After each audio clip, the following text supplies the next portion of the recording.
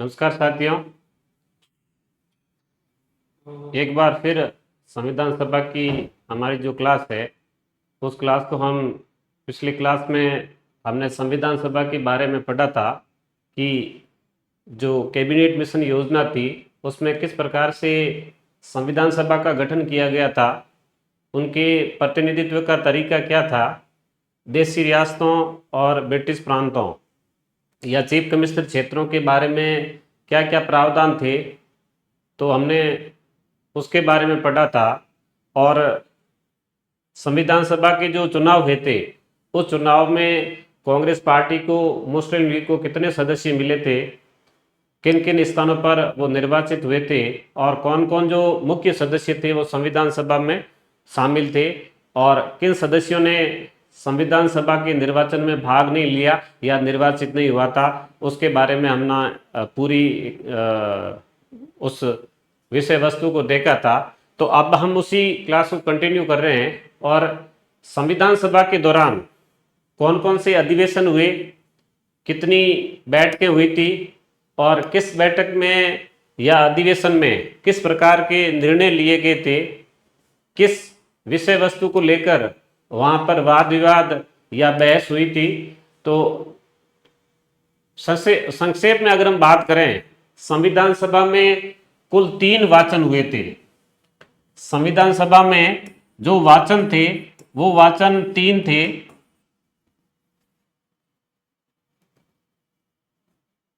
तीन वाचन थे और जो अधिवेशन थे संविधान सभा के वो अधिवेशन थे 12 और टोटल जो संविधान सभा की जो बैठकें आयोजित की गई थी वो थी 167। तो 3 वाचन थे, 12 अधिवेशन थे और 167 है वो बैठकों का आयोजन किया गया था। तो प्रत्येक अधिवेशन में संविधान के किन उपबंध को लेकर या कौन कौन से ऐसे उपबंध थे जिनके ऊपर चर्चा हुई थी, प्रारूप समिति का गठन कौन से अधिवेशन में हुआ, उसमें क्या थे, उद्देश्य प्रस्ताव क्या था, उसमें कितने उद्देश्य शामिल थे, वो कब लाया गया था, कब पारित हुआ था और कितनी समितियां थी, कितनी उप समितियां थी, उसके बारे में हम आज हमारी जो क्लास है उसमें चर्चा करेंगे। तो देखिए, पहली जो बैठक है, पहली बैठक 9 दिसंबर 1946 को रखी गई थी और जैसे हमने पहले पढ़ा था, पहली बैठक के लिए जो हमारे अस्थायी अध्यक्ष थे संविधान सभा के, उनका मनोनयन हुआ था। उसके बाद उपाध्यक्ष थे, उनका मनोनयन हुआ था। तो एक प्रकार से प्रथम अधिवेशन में कौन कौन सी जो घटनाएं जो घटित हुई थी, कौन कौन से प्रस्ताव रखे थे या किस प्रकार का वाद विवाद था, कितने सदस्यों ने भाग लिया, वो हम देखेंगे। तो पहली बैठक थी 9 दिसंबर 1946 को। संविधान सभा की पहली बैठक 9 दिसंबर 1946 से शुरू होती है और इसके लिए जो संविधान सभा के सचिव थे एच.वी. आयंगर के द्वारा जितने भी जो संविधान सभा के जो सदस्य थे उन सदस्यों को आमंत्रण पत्र है वो भेजा गया था। तो पहली, आप देखो, संविधान सभा की जो टोटल सदस्य संख्या थी 389। अब पिछली क्लास में हमने ये देखा था कि प्रारंभिक बैठकों में केवल और केवल ब्रिटिश प्रांत तथा जो चीफ कमिश्नर क्षेत्र के जो प्रतिनिधि थे उन्होंने भाग लिया था। अभी तक देशी रियासतों के निर्वाचन के बारे में वार्ता है वो चल रही थी, तो उनके सदस्यों ने भाग नहीं लिया था।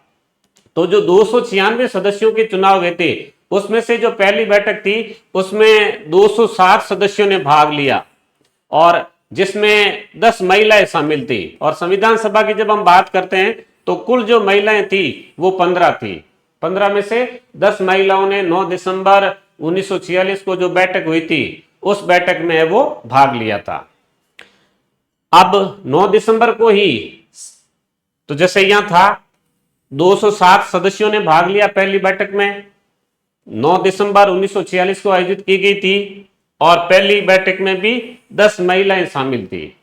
इसमें अस्थायी सभापति के रूप में डॉक्टर सच्चिदानंद सिन्हा है वो चुने गए थे, जो हमने पहले हमारी जो पिछली क्लास थी उसमें भी देखा था। अब हम क्या कर रहे हैं, अधिवेशन अकॉर्डिंग टू सेशन की अधिवेशन के अनुसार क्या क्या जो समितियां थी या जो पदाधिकारी थे या किस विषय वस्तु पर वाद विवाद हुआ था, बहस हुई थी, उसको हम देखते हैं। डॉक्टर सच्चिदानंद सिन्हा को अस्थायी अध्यक्ष चुना गया था और फ्रैंक जो एंथोनी थे उनको उपसभापति है वो मनोनीत किया गया था। इसी दिन संविधान सभा ने सभा के एक सदस्य श्री प्रसन्नदेव रेकुट जो बंगाल से निर्वाचित होकर आए थे, उनकी मृत्यु हो गई थी, उस पर संवेदना है वो प्रकट की थी। आज भी हमारे यहाँ पे जब विधानमंडल की यानी कि विधानसभा या विधान परिषद की या पार्लियामेंट की जब कार्रवाई होती है, उस कार्रवाई में पहले दिन अगर ऐसे सदस्य जो कभी पार्लियामेंट के सदस्य रहे हैं या विधानमंडल के सदस्य रहे हैं, अगर किसी सदस्य का निधन हुआ है तो पहले दिन है वो उस पर जो शोक संवेदना सदन के द्वारा प्रकट की जाती है और बाद में सदन को स्थगित किया जाता है। तो वहां इस दिन क्या हुआ था कि संविधान सभा के एक सदस्य थे श्री प्रसन्नदेव रेकुट, तो उनकी मृत्यु हो गई थी। तो पहले दिन ही फिर उनकी मृत्यु पर संवेदना जो है वो हमारी संविधान सभा के द्वारा प्रकट की गई थी। सदस्य थे श्री प्रसन्नदेव रेकुट जो बंगाल से निर्वाचित होकर के आए थे। जो प्रथम सत्र या जो अधिवेशन था वो 9 दिसंबर 1946 से 23 दिसंबर 1946 तक चला था। 9 दिसंबर से 23 दिसंबर 1946 को यानी कि लगभग 14 दिन तक है वो सत्र चला था। इस अधिवेशन में 296 जिसमें 292 ब्रिटिश क्षेत्र और 4 चीफ कमिश्नर क्षेत्र शामिल थे। उसमें से जो 296 जो सदस्य थे, 296 में से 211 सदस्यों ने इस पूरे वो सत्र में भाग लिया। अभी जैसे हमने देखा था कि पहली जो बैठक थी उस पहली बैठक में 207 सदस्य थे, लेकिन पहला जो पूरा का पूरा जो अधिवेशन था उस अधिवेशन में टोटल जो सदस्य थे वो 211 थे, लेकिन पहले दिन की जो बैठक थी उस बैठक में 207 सदस्य शामिल थे, जिसमें 10 महिलाएं हैं वो शामिल थे। अब पहले सत्र में 14 दिन का सत्र था, लेकिन इस सत्र में जो पहला सत्र था उसमें टोटल जो बैठकें आयोजित हुई थी वो 11 बैठकें आयोजित हुई थी। तो पहले जैसे मैंने पहले शुरू में ही क्लास में कहा था कि 3 वाचन होते हैं, टोटल जो वाचन थे वो 3 थे। टोटल जो अधिवेशन या जो सेशन थे वो 12 थे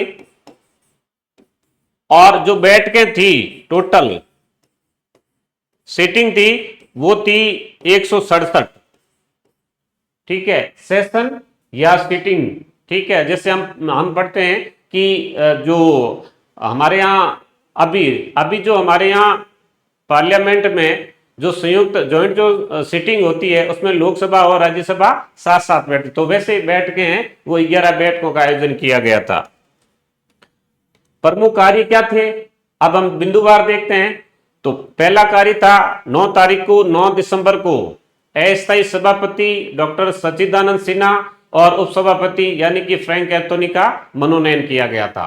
तो ये दोनों थे, नाम अपने पहले देख लिए हैं कि फ्रैंक एंथोनी उपसभापति थे और डॉक्टर सच्चिदानंद सिन्हा है वो अस्थायी सभापति थे। यहां मैं लिख देता हूं फ्रैंक एंथोनी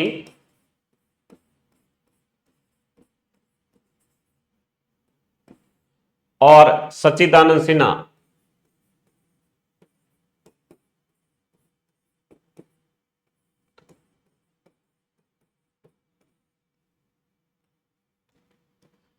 उसके बाद 10 दिसंबर 1946 को स्थायी अध्यक्ष के निर्वाचन की विधि का निर्धारण किया गया था कि आगे की जो कार्रवाई होगी, जो हमारे स्थायी अध्यक्ष होंगे उनका निर्वाचन कैसे किया जाए, उसके लिए जो विधि है उस विधि का निर्धारण किया गया और सदन को कैसे चलाया जाए। तो कार्य संचालन और नियम निर्माण समिति इसके सभापति और सदस्यों के मनोनयन की विज्ञप्ति जारी की गई थी, क्योंकि कार्य संचालन और नियम समिति ये संविधान की भी संविधान सभा की महत्वपूर्ण समितियां थी।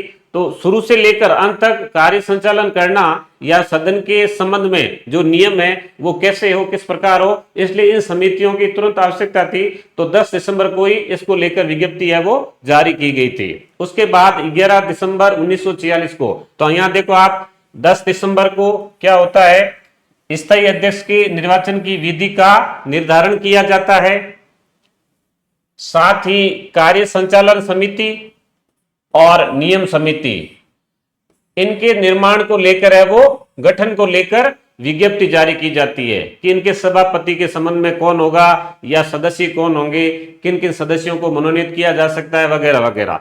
उसके बाद तीसरी जो बैठक थी वो 11 दिसंबर को हुई, जिसमें डॉक्टर राजेंद्र प्रसाद को निर्विरोध सभापति है वो चुना गया था।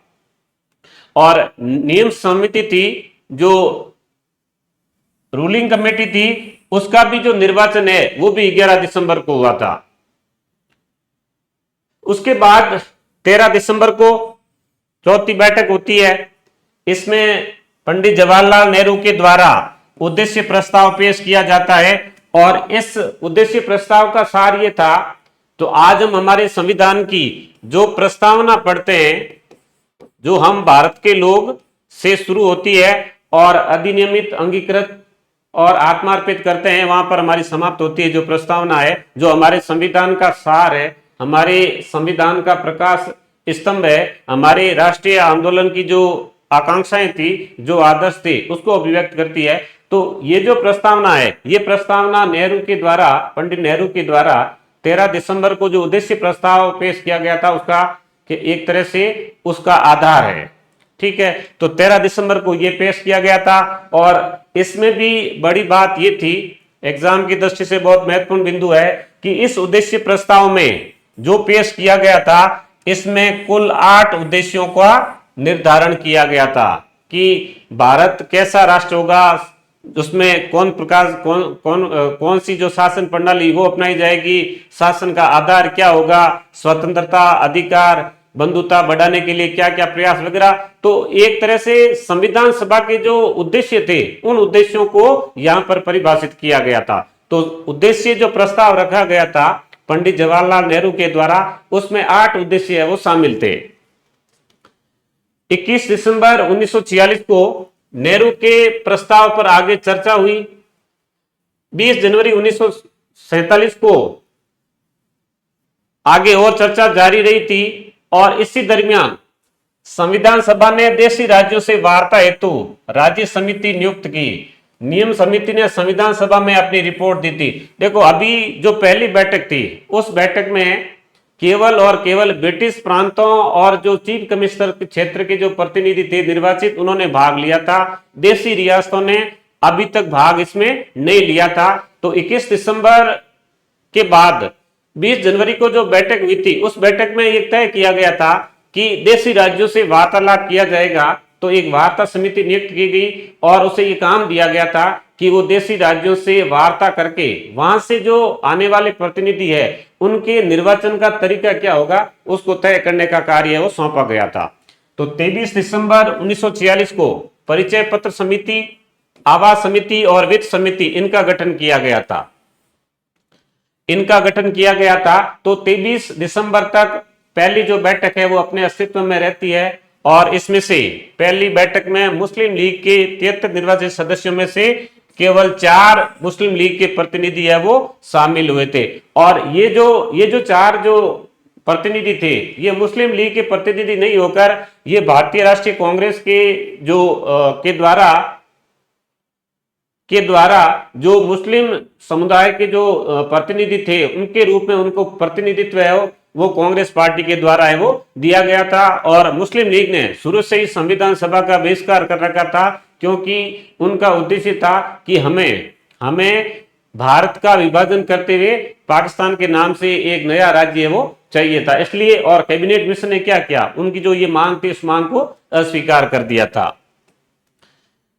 तो आप उद्देश्य प्रस्ताव देखते हैं कि उद्देश्य प्रस्ताव क्या था। तो मैंने पहले भी बताया कि आज जब जो हम प्रस्तावना पढ़ते हैं, उस प्रस्तावना का आधार हमें उद्देश्य प्रस्ताव में देखने को मिलता है। तो संविधान के निर्माण की दिशा में पहला जो मूलभूत कार्य था, वो कार्य था उद्देश्य प्रस्ताव।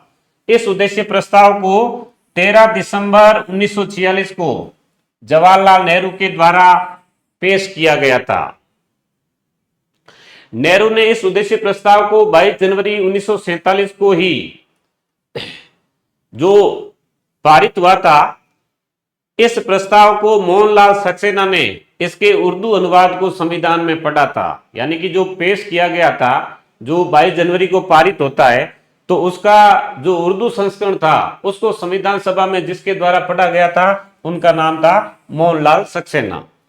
यह प्रस्ताव कांग्रेस द्वारा जुलाई 1946 को गठित विशेषज्ञ समिति की उद्देश्य संबंधी घोषणा से प्रभावित था। यानी कि एक विशेषज्ञ समिति थी, एक्सपर्ट कमेटी थी, उन्होंने संविधान सभा के क्या उद्देश्य हो सकते हैं उसके बारे में विचार विमर्श किया था। और उस विचार विमर्श के बाद, विचार विमर्श के बाद जो घोषणा प्रकाशित हुई थी, वो जो प्रस्ताव थे वो इस उद्देश्य प्रस्ताव में शामिल थे। और ये जो विशेषज्ञ समिति थी, इस विशेषज्ञ समिति के अध्यक्ष भी जवाहरलाल नेहरू थे।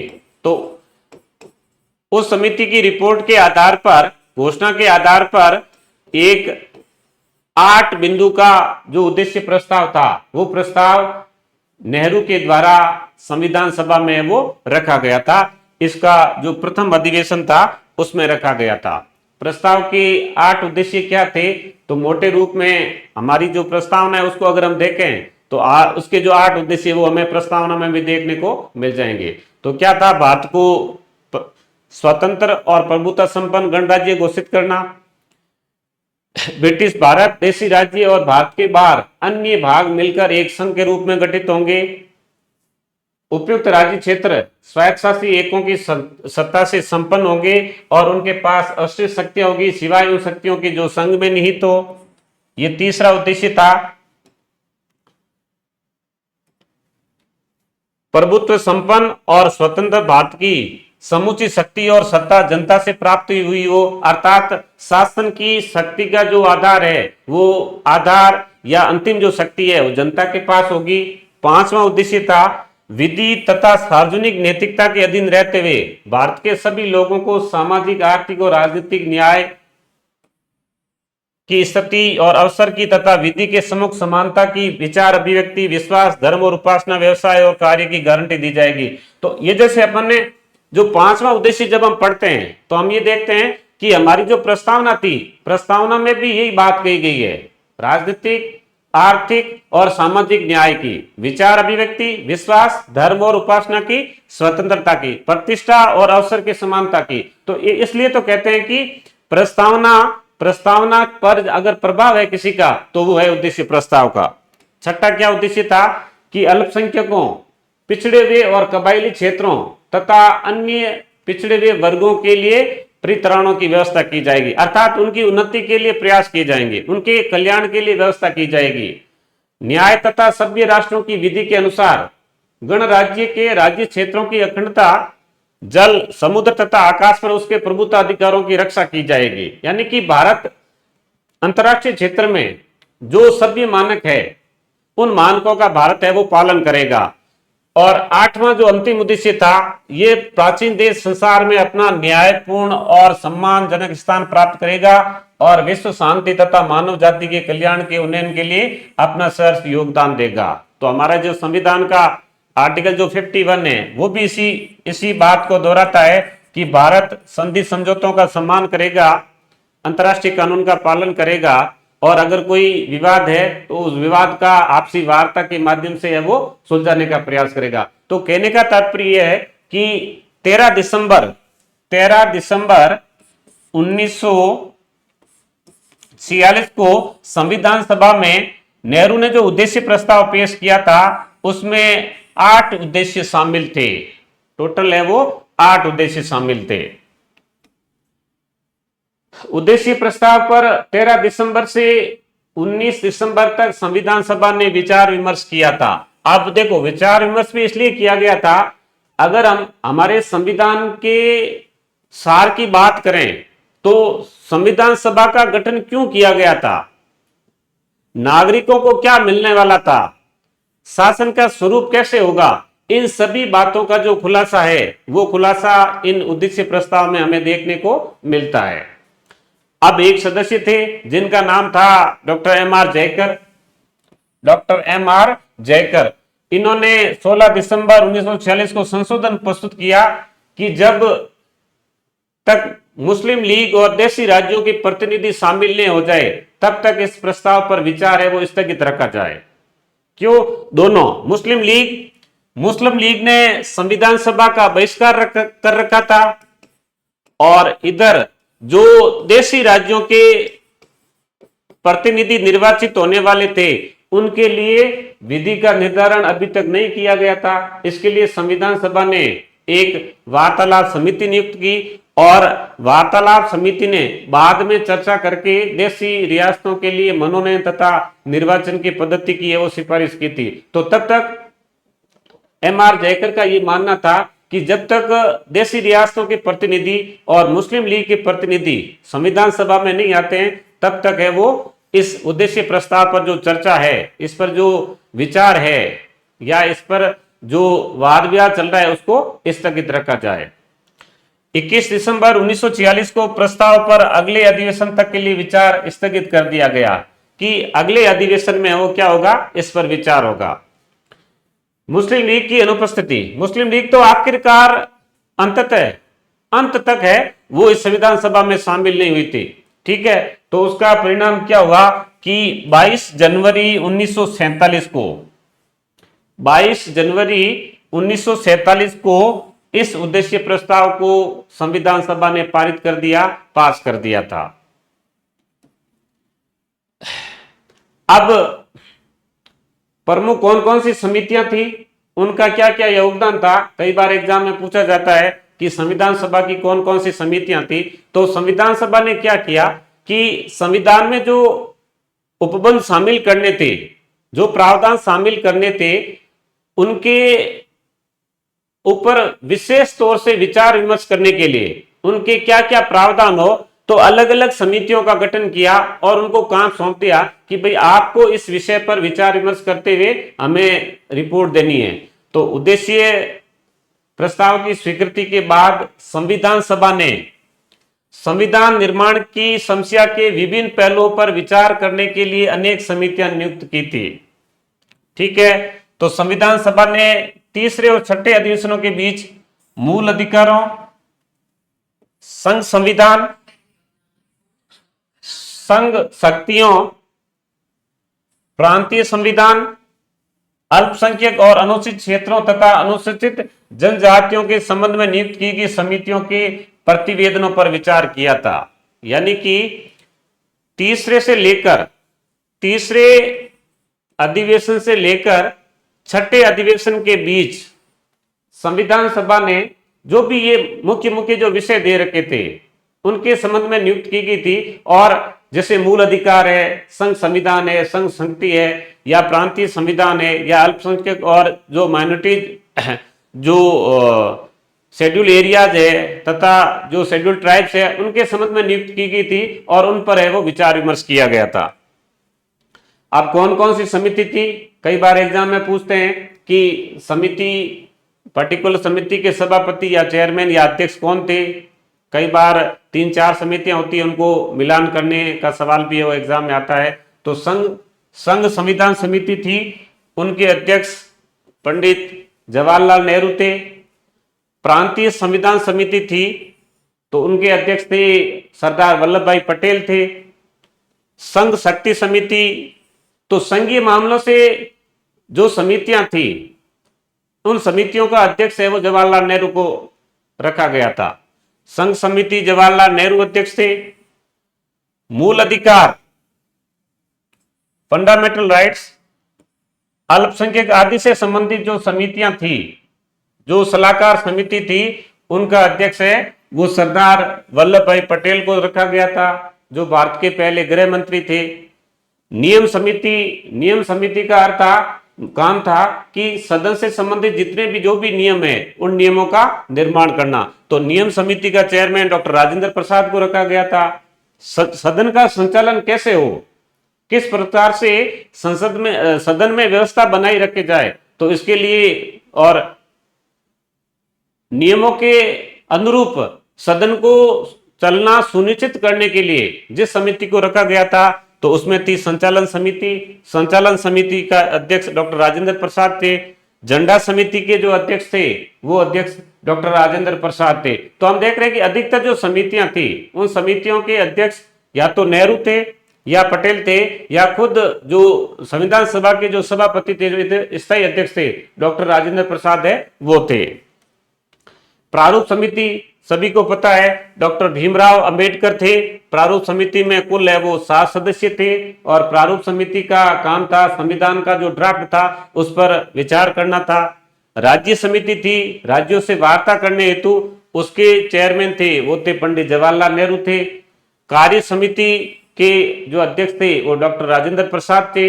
संघीय विषयों से संबंधित कि संघ के पास कौन कौन से विषय रखे जाए, जैसे आज हम पढ़ते हैं कि संघ की सूची में हमारे इतने विषय है, तो कौन कौन से विषय रखे जाए इसके लिए चेयरमैन नियुक्त किया गया था एन गोपाल स्वामी अयंगर को। जो कार्यक्रम समिति थी, कार्यक्रम समिति का चेयरमैन बनाया गया था के एम मुंशी को। अब कई बार क्या होता है कि इन समितियों के साथ साथ प्रत्येक जो विषय था उस विषय को लेकर संविधान सभा ने अपनी कुछ उप समितियां भी नियुक्त की थी। उप समिति या उस विषय को और अधिक स्पष्टीकरण के लिए संविधान सभा के द्वारा विशेष समिति का भी गठन किया गया था। विशेष समिति का गठन किया गया था। तो ये उप समितियां और विशेष समितियां भी इसमें शामिल है। किस किस विषय को लेकर थी? तो मौलिक अधिकार संबंधी जो मुख्य समिति थी उसके अध्यक्ष पटेल थे, लेकिन यहां पर जो उप समिति थी उसके अध्यक्ष आचार्य JB कृपलानी थे। अल्पसंख्यक अधिकार उप समिति जहां पर पटेल अध्यक्ष थे वहां पर यहां पर जो उप सभापति थे HC मुखर्जी वो इसके अध्यक्ष थे। कार्य संचालन समिति के एम मुंशी थे। मुख्य समिति थी उसके अध्यक्ष डॉक्टर राजेंद्र प्रसाद थे। संघ समिति में उप समिति थी उसके भी जवाहरलाल नेहरू थे। संघ संविधान के जवाहरलाल नेहरू थे। यानी कि संघ शक्ति, संघ संविधान, प्रांतीय संविधान जो समिति थी उस समिति के जो मुख्य समितियों के अध्यक्ष थे वही व्यक्ति यानी कि नेहरू और पटेल है वो इसके चेयरमैन थे। संविधान संशोधन पर जो उप समिति थी उसके चेयरमैन डॉक्टर भीमराव अंबेडकर थे। भाषाई प्रांतों पर संयुक्त समिति थे उसके अध्यक्ष पट्टाभी सीतारमैया थे। राष्ट्रीय ध्वज पर जो तदर्थ समिति थी उस पर जो उसके अध्यक्ष थे वो डॉक्टर राजेंद्र प्रसाद थे। चीफ कमिश्नर प्रांत संविधान समिति थी उसके जो चेयरमैन थे वो थे पट्टाभी सीतारमैया थे। प्रारूप समिति के द्वारा निश्चित प्रारूप की जांच हेतु जो विशेष समिति थी उस विशेष समिति यानी कि प्रारूप समिति ने जो प्रारूप निश्चित किया था उसकी वापस जांच करने के लिए एक विशेष समिति बनाई गई थी। तो उस विशेष समिति के जो चेयरमैन है वो पंडित नेहरू को रखा गया था। वित्तीय मामलों पर जो विशेषज्ञ समिति थी उनके चेयरमैन NR सरकार थे, तो ये भी एक विशेष समिति थी। नागरिकता पर जो समिति थी तदर्थ समिति की भारत और पाकिस्तान के बीच जो नागरिकता संबंधी जो प्रावधान थे कि किनको नागरिकता दी जाए या किसको नागरिकता से वर्जित किया जाए उसके लिए जो समिति बनी थी उसके चेयरमैन थे S वरदाचारी। हिंदी अनुवाद समिति थी उसके घनश्याम सिंह गुप्त है वो चेयरमैन थे। भारतीय देशी राज्यों के लिए आदर्श संविधान के प्रारूप ऐसी जो समिति थी उसके चेयरमैन जो BN राव है वो थे। तो ये जो समितियां हैं ये समितियों में कुछ प्रमुख समितियां हैं, कुछ विशेष समितियां किसी विशिष्ट उद्देश्य को पूरा करने के लिए नियुक्त की गई थी। किसी विशिष्ट विषय पर सदन की राय जानने के लिए या विशेषज्ञ या एक्सपर्ट कमेटी की राय जानने के लिए सदन के द्वारा इन समितियों को है वो नियुक्त किया गया था। अब प्रारूप समिति का गठन कब हुआ, इसमें कौन कौन सदस्य शामिल थे, उसका क्या काम था, उसको हम देखते हैं। तो संविधान सभा के हमने देखा था जो संवैधानिक सलाहकार थे वो थे बेनेगल नरसिंह राव या जिनको हम BN राव के नाम से जानते हैं। वो संविधान सभा की सचिवालय की परामर्श शाखा ने अक्टूबर 1947 में संविधान का पहला प्रारूप तैयार किया था। तो जो संविधान सभा का जो सचिवालय था उस सचिवालय के द्वारा बेनेगल नरसिंह राव, BN राव की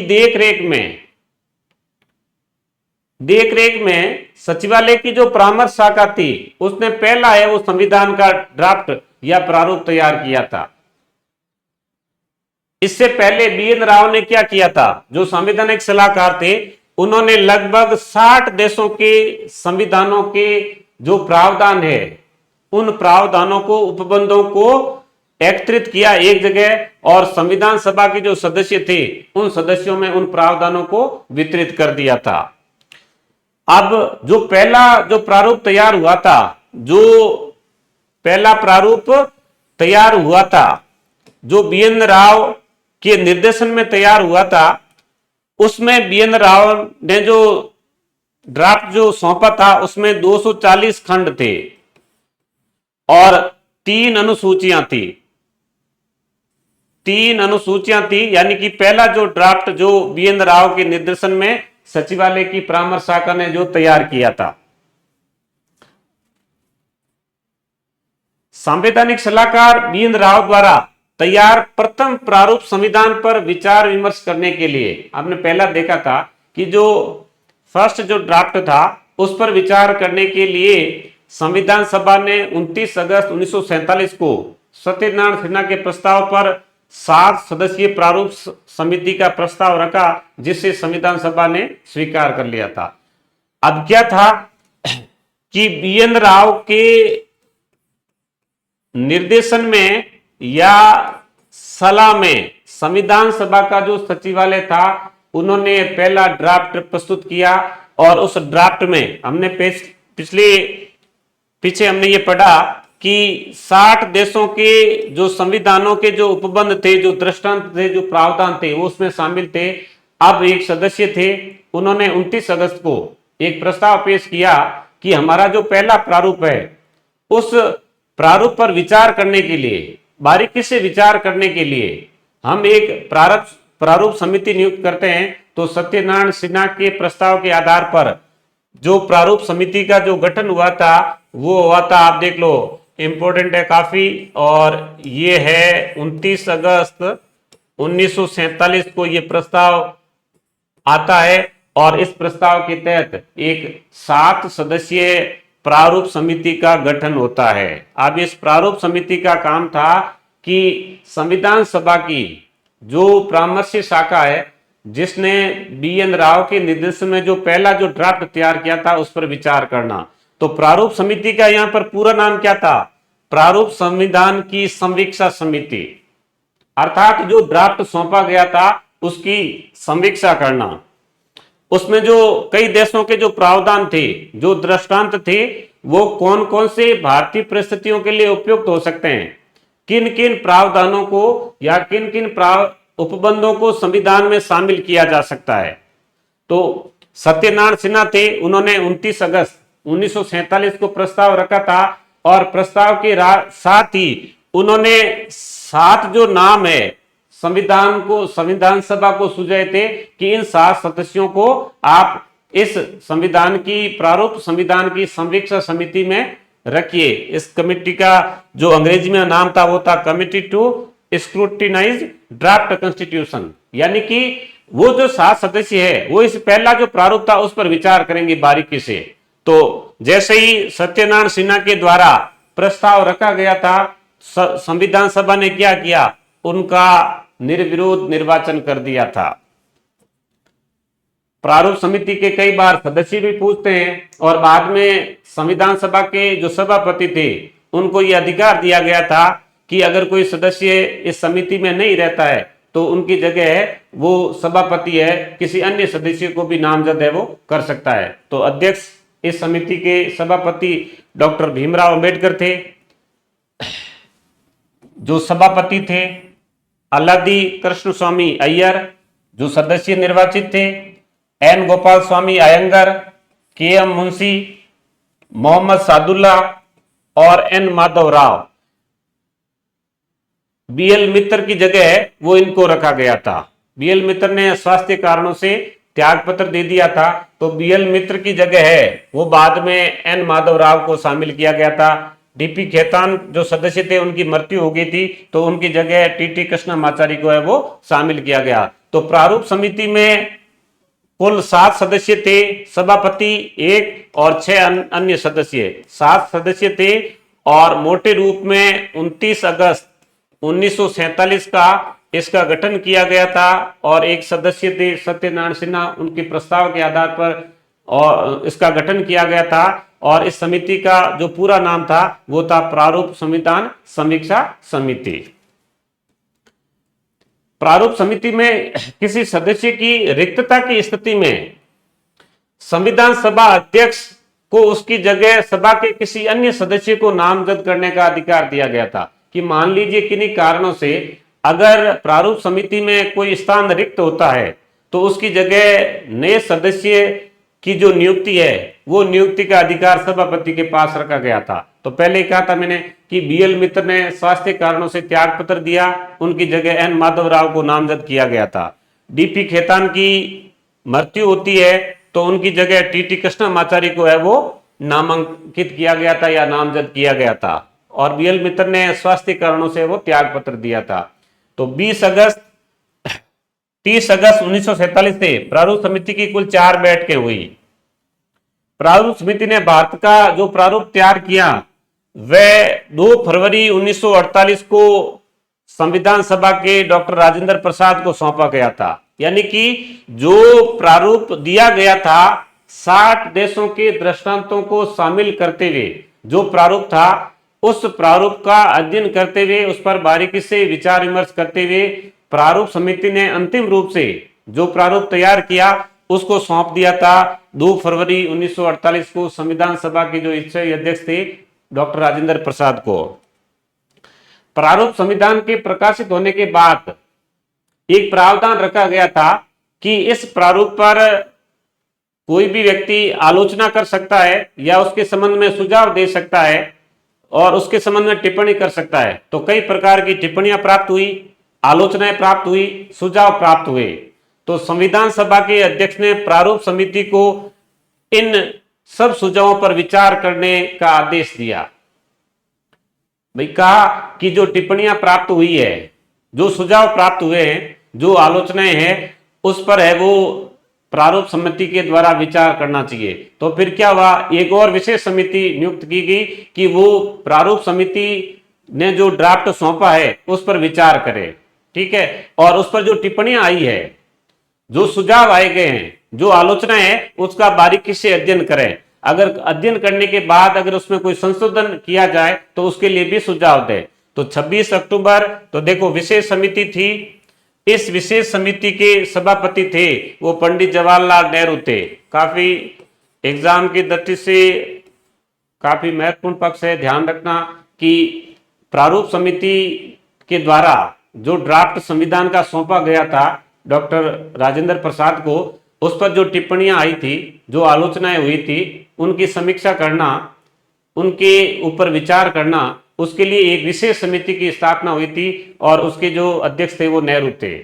ठीक है, 26 अक्टूबर 1948 को प्रारूप समिति ने प्रारूप संविधान पर एक पुनर्मुद्रित संस्करण संविधान सभा के अध्यक्ष को सौंपा। हो सकता है उसमें कुछ परिवर्तन किया। ठीक है, परिवर्तन करने के बाद एक बार वापस जो पुनर्मुद्रित जो था वो ड्राफ्ट है वो अध्यक्ष को सौंप दिया था। अब हम देखेंगे कि संविधान सभा के कितने जो अधिवेशन हुए थे उसमें कुल कितनी बैठकें हुई थी। तो पहला जो अधिवेशन था वो 9 से 23 दिसंबर चला था और उसमें जो बैठक टोटल थी वो थी 11 थी। दूसरा जो अधिवेशन होता है वो होता है 20 जनवरी से 25 जनवरी 1947 के मध्य और उसमें कुल बैठकों का आयोजन किया था 5। आगे हम देखेंगे कि प्रत्येक अधिवेशन में किस किस विषय वस्तु पर विचार विमर्श किया गया प्रारूप समिति के द्वारा या संविधान सभा के द्वारा। तीसरा जो अधिवेशन था वो अधिवेशन चला 28 अप्रैल से 2 मई 1947 तक और उसमें कुल 5 बैठकों का आयोजन किया गया था। चौथा 14 जुलाई से 31 जुलाई उसमें 14 जो बैठकें हैं उसका आयोजन किया गया था।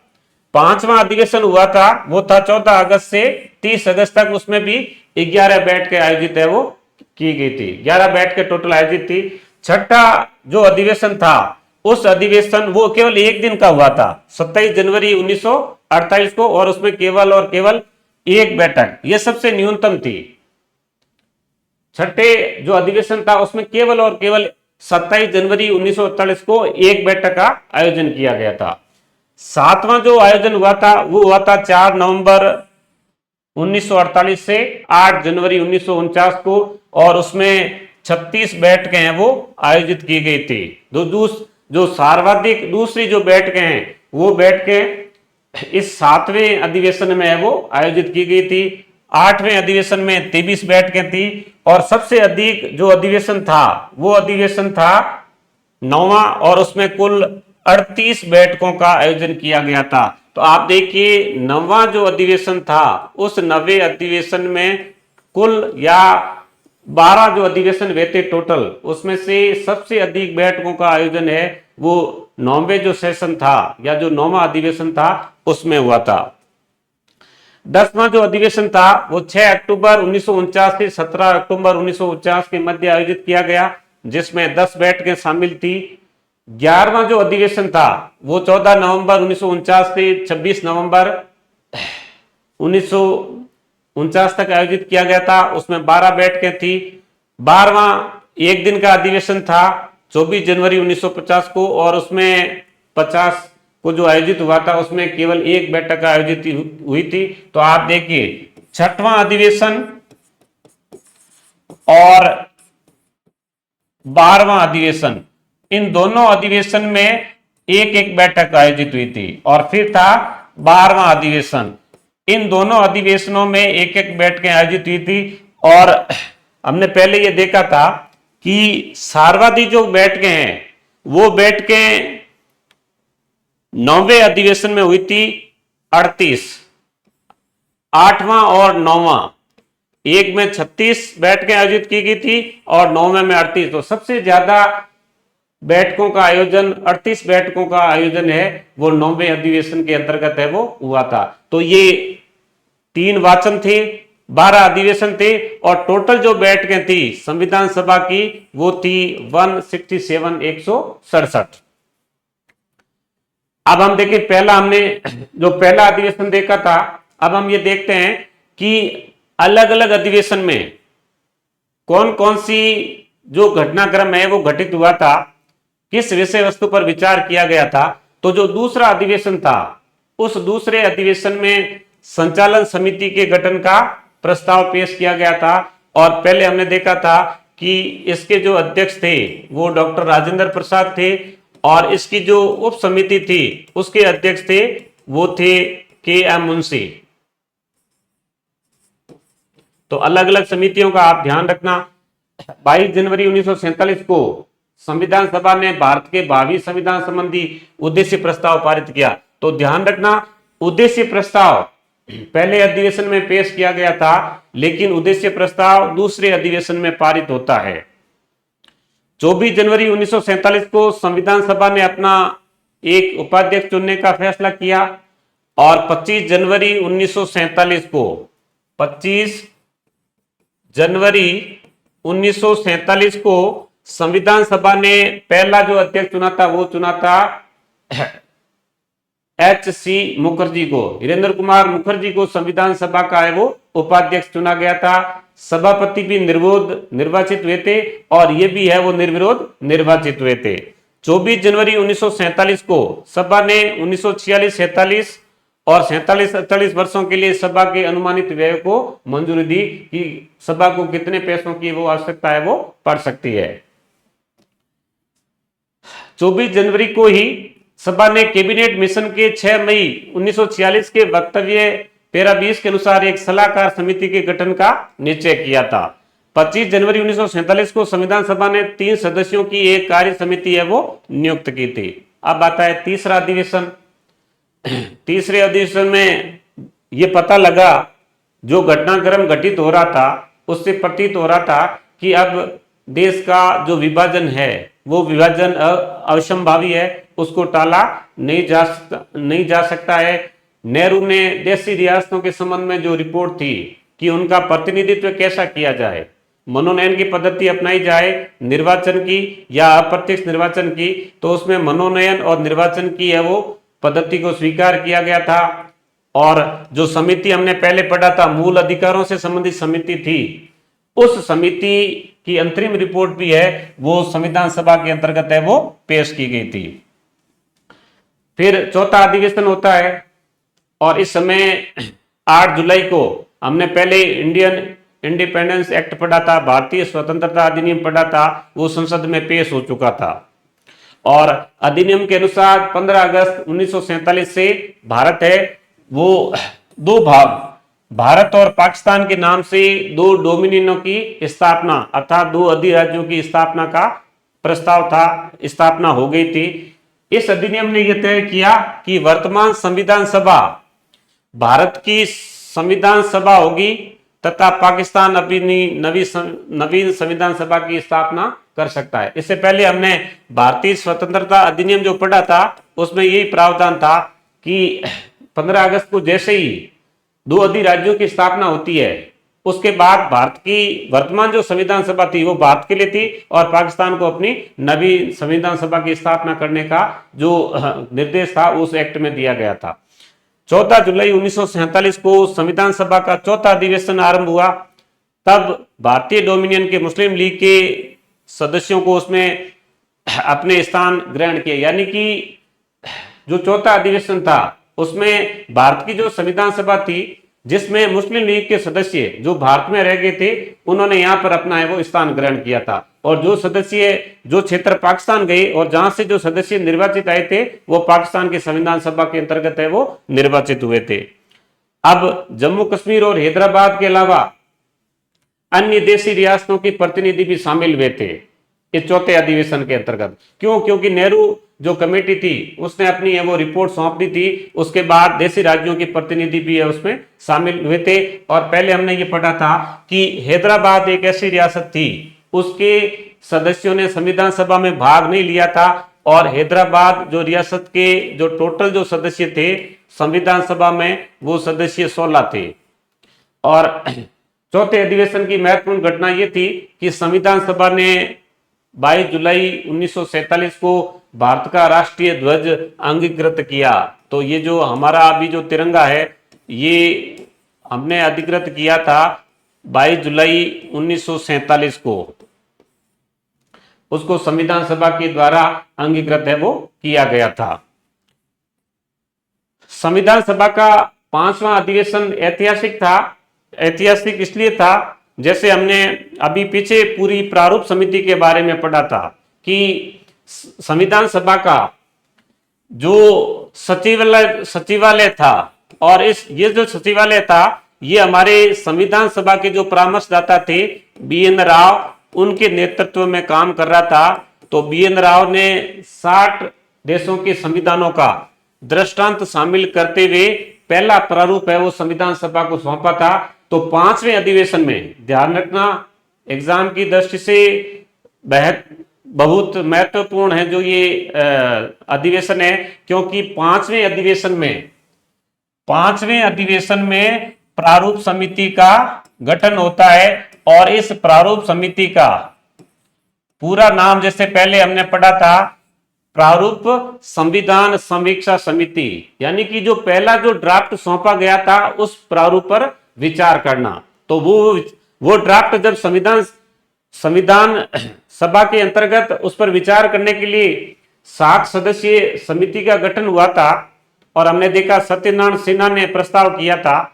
उसके बाद जब प्रारूप समिति जो ड्राफ्ट वापस संविधान सभा को सौंपती है तो उस पर जो आलोचनाएं, जो टिप्पणी, जो सुझाव आए थे उस पर विचार विमर्श करने के लिए संविधान सभा के द्वारा एक विशेष समिति भी गठित की गई थी और उस विशेष समिति के जो अध्यक्ष थे वो थे नेहरू थे। तो 29 अगस्त पहले हमने पढ़ लिया है, 29 अगस्त 1947 को सत्यनारायण सिन्हा ने 7 सदस्यों की एक प्रारूप समिति है वो नियुक्त की थी। अब इसका नाम भी लिख रखा है संविधान सभा के लिए कार्य समिति एवं संविधान सभा विदाई 20 अगस्त को अध्यक्ष डॉक्टर राजेंद्र प्रसाद। अब आगे हम ये पढ़ रहे हैं कि ये प्रारूप समिति का हमने डिटेल से पढ़ लिया, लेकिन उसके साथ ही एक समिति थी कि संविधान सभा के कार्यों के लिए समिति, जिसको हम कार्य संचालन समिति भी कहते हैं। ठीक है, तो अब संविधान सभा के कार्यों के लिए समिति एवं संविधान सभा विधायी, दोनों संविधान सभा के दो प्रकार के कार्य थे। एक तो था हमारे संविधान का निर्माण करना, तो संविधान सभा के द्वारा उस पर विचार विमर्श किया जाता था, और एक हमारी जो संविधान सभा थी वो एक अंतरकालीन संसद भी थी, और उसके द्वारा विधायी यानी कि व्यवस्थापन या जो लेजिस्लेचर जो फंक्शंस है वो भी किए जा रहे थे, अर्थात देश के लिए कानून या नियमों का निर्माण करना। तो ये जो समिति थी, संविधान सभा के कार्यों के लिए समिति एवं संविधान सभा विधायी कार्यों के लिए समिति, इसका अध्यक्ष है वो डॉक्टर राजेंद्र प्रसाद को बनाया गया था। और इस समिति का काम था भारतीय स्वतंत्रता अधिनियम, भारतीय शासन अधिनियम 1935 के अनुकूलन तथा विधानसभा के नियमों तथा स्थायी आदेशों, संविधान सभा के चालू नियमों तथा स्थायी आदेशों पर विचार करने तथा उक्त बातों के संबंध में रिपोर्ट देने के लिए जीवी मावलंकर के संबंध में एक समिति नियुक्त की गई थी। देखो, ये जो समिति थी, इस समिति का अध्यक्ष डॉक्टर राजेंद्र प्रसाद के द्वारा जीवी मावलंकर को नियुक्त किया था कि भाई आप संविधान सभा के जो कार्य है उनको आप स्पष्ट करेंगे, और साथ में संविधान सभा के जो विधायी कार्य है वो उसको लेकर आप व्यवस्था दोगे। तो जीवी मावलंकर की अध्यक्षता में समिति बनी थी। तो उनको 1947 का एक्ट, 1945 के एक्ट, विधानसभा के नियम, स्थायी आदेश, संविधान सभा के चालू नियम तथा स्थायी आदेशों पर विचार करने के लिए डॉक्टर राजेंद्र प्रसाद ने जो समिति थी, उस समिति का अध्यक्ष है वो जीवी मावलंकर को नियुक्त किया गया था। और वो समिति, जैसे मैंने पहले बताया, संविधान सभा के कार्यों के लिए समिति और संविधान सभा विधायी कार्यों के संबंधित समिति थी। तो अलग अलग दोनों कार्य थे, उन दोनों को, संविधान निर्माण का और व्यवस्थापन का, उसको लेकर रिपोर्ट सौंपनी थी। तो समिति की जो पहली बैठक थी वो 22 अगस्त 1947 को आयोजित की गई। और समिति ने मुख्य सिफारिश क्या की थी? समिति ने मुख्य सिफारिश ये की थी कि संविधान बनाने वाली संस्था के रूप में संविधान सभा का कार्य और साधारण व्यवस्था का कार्य पृथक पृथक होगा। यानी कि संविधान सभा के दो काम थे। जब वो संविधान सभा थी उस समय तो वो संविधान सभा के रूप में कार्य कर रही थी कि किस प्रकार से संविधान का निर्माण होगा, कौन कौन से उसमें उपबंध है वो शामिल किए जाएंगे। दूसरा, वो जो संविधान सभा थी वो विधायी कार्य भी कर रही थी, क्योंकि उस समय संविधान सभा अंतरकालीन या अंतरिम संसद के रूप में थी। अंतरिम संसद के रूप में भी उसके द्वारा कार्य किए जा रहे थे। तो जो जीवी मावलंकर की अध्यक्षता में जो समिति थी उसने ये कहा कि संविधान बनाने वाली संस्था के रूप में संविधान सभा का कार्य और साधारण व्यवस्थापिका के रूप में जो कार्य है वो पृथक पृथक होने चाहिए, और पृथक पृथक दिवस और अधिवेशन में वो काम होंगे। यानी कि जब संविधान सभा के रूप में बैठक होगी तो केवल और केवल संविधान सभा संविधान निर्माण का कार्य करेगी, लेकिन जब विधायी कार्य किए जाएंगे तो संविधान सभा का काम केवल विधायी या व्यवस्थापिका या अंतरकालीन संसद के रूप में काम करने का था। अब ये जो हम देखते हैं कि संविधान का कार्य तो 26 नवंबर 1949 को पूरा हो गया, और कुछ जो हमारे संक्रमणकालीन जो प्रावधान थे वो उसी दिन से लागू हो गए। तो उसके बाद भी संविधान सभा अस्तित्व में रही, लेकिन वो एक अंतरिम संसद के रूप में थी, एक अंतरकालीन संसद थी। और जब तक नई संसद का गठन नहीं हो जाता था, नई संसद अस्तित्व में नहीं आ जाती थी, तब तक वो अंतरकालीन संसद है वो देश के विधायी कार्यों को करती रहेगी, ऐसा प्रावधान था। और ऐसा प्रावधान हमारा जो संविधान का संक्रमणकालीन जो उपबंध है उसमें आर्टिकल 379 379 है वो प्रावधान करता है। और हालांकि जैसे ही ये संविधान सभा के बाद अंतरकालीन संसद के रूप में संविधान सभा काम कर रही थी, और 1951 तथा 52 के चुनाव होते हैं, और चुनाव होने के बाद में दोनों सदन अस्तित्व में आते हैं, तो संविधान सभा का जो एक संसद के रूप में जो अस्तित्व था वो उसी समय समाप्त हो जाता है। इसलिए लिखा है कि संविधान सभा डोमिनियन और विधानमंडल के रूप में लगभग 2 वर्ष 1 माह तक अस्तित्व में रही। डोमिनियन विधानमंडल के रूप में जो संविधान सभा का कार्यकाल था वो 2 वर्ष और 1 माह का था। अब उसकी विधायी व्यवस्था के रूप में उन्होंने क्या काम किया, तो पहली बैठक 17 नवंबर 1947 को हुई थी विधायी कार्यों के रूप में, और अंतिम हुई थी 24 दिसंबर 1949 को, क्योंकि उसके बाद तो संविधान सभा का 26 नवंबर के बाद तो संविधान सभा का जो काम है वो समाप्त हो गया था। तो स्वतंत्र भारत के पहले विधानमंडल के रूप में संविधान सभा डोमिनियन विधानमंडल की जो पहली बैठक है वो बैठक हुई थी 17 नवंबर 1947 को, जिसकी अध्यक्षता डॉक्टर राजेंद्र प्रसाद ने की थी। किंतु उसी दिन उन्होंने है वो जीवी मावलंकर को विधिवत स्पीकर घोषित कर दिया था। इसलिए हम पढ़ते हैं कि स्वतंत्रता प्राप्ति के बाद जो हमारे स्पीकर थे वो जीवी मावलंकर थे। भारत का संविधान 26 जनवरी 1950 को लागू हुआ, लेकिन उसके कुछ उपबंध यानी कि लगभग 16 जो आर्टिकल थे या अनुच्छेद थे वो 26 नवंबर 1949 को ही लागू हो गए थे। और जिस दिन हमने अंगीकृत, अधिनियमित और आत्मार्पित किया था। इसमें एक प्रावधान मैंने पहले बताया था कि आर्टिकल 379 को लेकर था, जो मैंने पहले है वो स्पष्ट कर दिया था। उसमें क्या प्रावधान था कि जिसके अनुसार संविधान सभा विधायी संविधान के लागू होने के पहले ही भारत की अंतरकालीन संसद है वो बन गई थी, और वो अंतरकालीन संसद तब तक बनी रही तब तक नए जो सदन के जो चुनाव होकर नई संसद का जो गठन है वो नहीं हो गया था। तो धन्यवाद प्रस्ताव की भी शुरुआत आज भी जब नई लोकसभा का गठन होता है तो उसमें राष्ट्रपति का पहला अभिभाषण होता है। संसद के दोनों सदनों के समक्ष या दोनों सदन या अलग अलग सदन जब समवेत या एक साथ होते हैं तो राष्ट्रपति अपना अभिभाषण करता है, तो उस अभिभाषण पर धन्यवाद चर्चा होती है, धन्यवाद दिया जाता है। तो उसकी भी शुरुआत है जो धन्यवाद प्रस्ताव है। धन्यवाद प्रस्ताव की शुरुआत भी अंतरकालीन संसद के समय भी वो आरंभ हुई थी, यानी कि धन्यवाद प्रस्ताव की जो एक तरह से परंपरा है वो अंतरकालीन संसद के समय की है। और ये जो अंतरकालीन संसद थी, इस संसद के द्वारा संविधान का पहला संशोधन भी पारित किया गया था, क्योंकि संविधान तो लागू 26 जनवरी 1950 को हो गया था और हमारे यहाँ पे जो इलेक्शन हुए थे वो 1951 यानी कि दिसंबर से लेकर है वो 1952 जनवरी फरवरी तक हमारे यहाँ इलेक्शन हुए थे। अब पहला संशोधन क्या था वो आप देखो, पंजाब में 20 जून 1951 को अनुच्छेद 356, जब हम राष्ट्रपति शासन का पढ़ते हैं तो आर्टिकल जो 356 है उसमें राज्यों में राष्ट्रपति शासन की बात की गई है। तो राज्यों में राष्ट्रपति शासन है वो पहले अगर लगाया गया था वो पंजाब राज्य में लगाया गया था 20 जून 1951 को।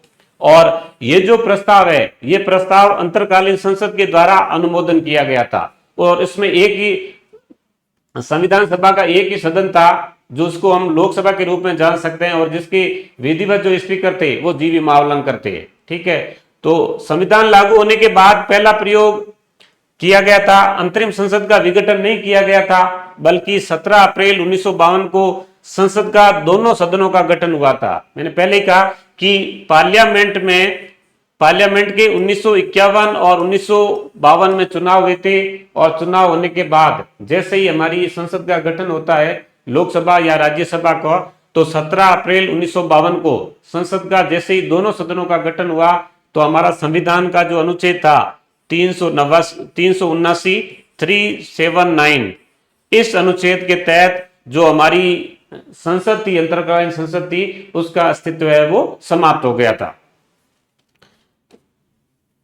अब छठा अधिवेशन था।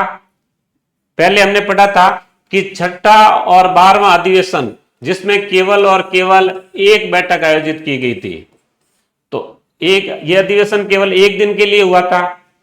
इसमें बंगाल और पूर्वी पंजाब के प्रतिनिधियों की संख्या बढ़ाने तथा भारत शासन अधिनियम 1935 को संशोधित करने का काम किया, क्योंकि उस समय जो शासन किया जा रहा था वो भारत शासन अधिनियम के तहत है वो किया जा रहा था।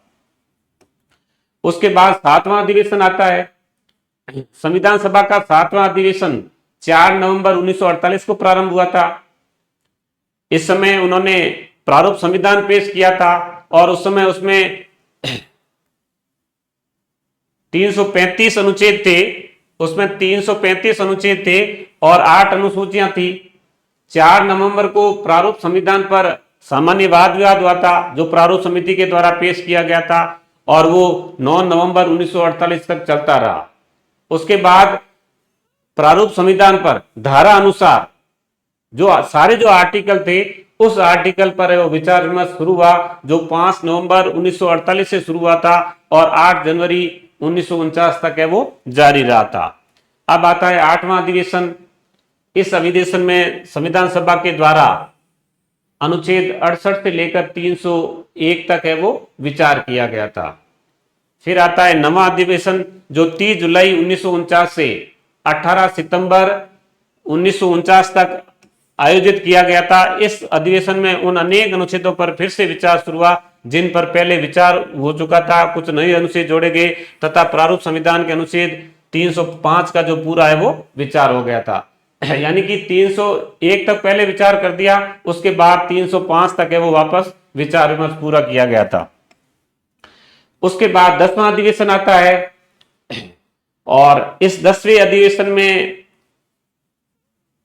प्रारूप संविधान के 315 अनुच्छेद थे उस पर धारावार जो विचार है, धारावार हर प्रत्येक अनुच्छेद पर जो विचार जारी था वो यहां तक जारी रहा और यहां तक आते आते 10वें अधिवेशन तक आते आते 315 अनुच्छेदों पर प्रत्येक अनुच्छेद पर हर अनुच्छेद पर धारावार जो विचार था वो पूरा हो गया था और प्रस्तावना को भी अंतिम रूप से स्वीकार किया गया था और वो स्वीकार किया गया था 10वें अधिवेशन में। संविधान सभा ने उद्देशिका पर विचार किया और उसे संविधान में जोड़ा और हम ये पढ़ते हैं कि पंडित जवाहरलाल नेहरू के द्वारा जो उद्देश्य प्रस्ताव पेश किया गया था वो हमारी प्रस्तावना का आधार था। ठीक है, तो प्रस्तावना हमारे संविधान के सार को अभिव्यक्त करती है, संविधान के निचोड़ को अभिव्यक्त करती है। प्रस्तावना के 8-10 लाइनों को देकर हम ये पता लगा सकते हैं कि वो संविधान क्या है, उसमें क्या क्या प्रावधान किया गया है, न्याय के लिए, अधिकार के लिए, स्वतंत्रता के लिए, देश की एकता के लिए, बंधुता बढ़ाने के लिए, देश की अखंडता के लिए। अब 11वां अधिवेशन आता है। 11वें अधिवेशन में संविधान का जो तीसरा जो वाचन है वो शुरू हुआ था। पहले संविधान के 3 वाचन हुए हैं, प्रथम, द्वितीय और तृतीय। तो तीसरा जो वाचन था उसमें 17 नवंबर 1949 को आरंभ हुआ और 26 नवंबर 1949 को समाप्त हुआ था। 17 नवंबर 1949 को तीसरे वाचन पर अध्यक्ष डॉक्टर राजेंद्र प्रसाद ने स्पष्ट कहा, यानी कि 26 नवंबर को जब संविधान अंगीकृत किया गया था उससे पहले 17 नवंबर को तीसरे वाचन पर डॉक्टर राजेंद्र प्रसाद ने स्पष्ट कहा, अब हम संविधान के तृतीय वाचन को आरंभ करेंगे। We shall now take up the third reading of the constitution, यानी कि अब हम तीसरा वाचन है वो शुरू करेंगे। कौन से अधिवेशन के साथ? 11वें अधिवेशन के साथ में। जो 11वां अधिवेशन था उसके साथ प्रारंभ हुआ था और यहां पर डॉक्टर अंबेडकर ने प्रस्ताव रखा कि संविधान को सभा ने जिस रूप में स्वीकार किया है उसी रूप में पारित किया जाए। The constitution as settled by the assembly be passed, जिस रूप में स्वीकार किया है उसी रूप में वो पारित किया जाए। तो तृतीय वाचन 17 नवंबर 1949 से 26 नवंबर 1949 तक चला। इसी दौरान 25 नवंबर 1949 को डॉक्टर अंबेडकर ने संविधान सभा के समक्ष ऐतिहासिक वक्तव्य दिया था। वो वक्तव्य क्या था वो मैंने अभी अपन ने देखा था कि जिस रूप में स्वीकार किया है उसी रूप में उसको पारित किया जाए। तो उन्होंने इस बात को जोड़ा और आगे कहा कि भारतीय संविधान सभा ने देश के लिए बहुत शीघ्र संविधान बना लिया था। तो टोटल प्रारूप संविधान पर कुल है वो 7,635 संशोधन पटल पर रखे गए थे और जिनमें से 2473 संशोधन है वो सभा में पेश किए गए थे। यानी कि 7,000 में से 2473 जो संशोधन थे उनको विचार करने लायक समझा गया था, वो संविधान सभा पर रखे गए थे। फिर होती है जो 11वां जो हमारा जो अधिवेशन था, उस अधिवेशन में हमारी संविधान सभा के द्वारा उस संविधान को अंगीकृत किया गया था, आत्मार्पित किया गया था, स्वीकार किया गया था, अंगीकृत, अधिनियमित और आत्मार्पित। तो 26 नवंबर 1949 को यानी कि संविधान सभा का 11वां अधिवेशन, 11वें अधिवेशन में इस संविधान को हमने स्वीकार कर लिया था, अंगीकृत, अधिनियमित और आत्मार्पित। तो और इसके साथ ही 26 नवंबर 1949 को कुछ संक्रमणकालीन जो उपबंध थे उसमें लगभग 16 अनुच्छेद थे, वो उसी दिन लागू हो गए थे जिस दिन हमने संविधान को स्वीकार किया था, अंगीकृत किया था, अधिनियमित किया था और आत्मार्पित किया था। अब कौन कौन से अनुच्छेद थे उसका भी प्रावधान 394 में कहा गया है। 394 जो आर्टिकल है हमारी कॉन्स्टिट्यूशन का, उसमें इस बात का उल्लेख किया गया है कि 26 नवंबर 1949 को 16 जो उपबंध है वो तुरंत प्रवर्त होंगे। तो कौन कौन से आर्टिकल थे?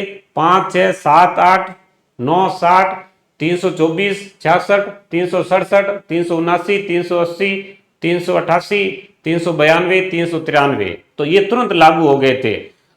और आज भी हम संविधान दिवस मनाते हैं और वो संविधान दिवस हम मनाते हैं 26 नवंबर को। क्यों मनाते हैं? क्योंकि उसी दिन हमने संविधान को है वो स्वीकार किया था और डॉक्टर भीमराव अंबेडकर की जो 125वीं जो वर्षगांठ थी, उस वर्षगांठ पर 2015 से भारत सरकार ने ये निर्णय लिया कि हम प्रत्येक वर्ष 26 नवंबर को हम संविधान दिवस मनाएंगे। और संविधान दिवस मनाने का जो उद्देश्य था, संविधान दिवस मनाने का जो उद्देश्य था वो ये था कि संवैधानिक मूल्यों के बारे में लोगों को जागरूक करना। जो हमारे कॉन्स्टिट्यूशन जो वैल्यू है उन वैल्यूज को समझने के लिए, उनके प्रति प्रतिबद्धता के लिए, उनके प्रति निष्ठा के लिए ये संविधान दिवस है वो मनाने का निर्णय लिया गया था। अब संविधान सभा का समापन और भारतीय गणराज्य का प्रारंभ, जो अंतिम अधिवेशन होता है, पहले हमने पढ़ा था कि छठे अधिवेशन में एक बैठक हुई थी और 12वें अधिवेशन में भी एक बैठक का आयोजन किया गया था। तो अंतिम अधिवेशन 12वां था और वो एक दिन की बैठक थी 24 जनवरी 1950 को। और ये दिन संविधान सभा का भी क्या था? अंतिम दिन था।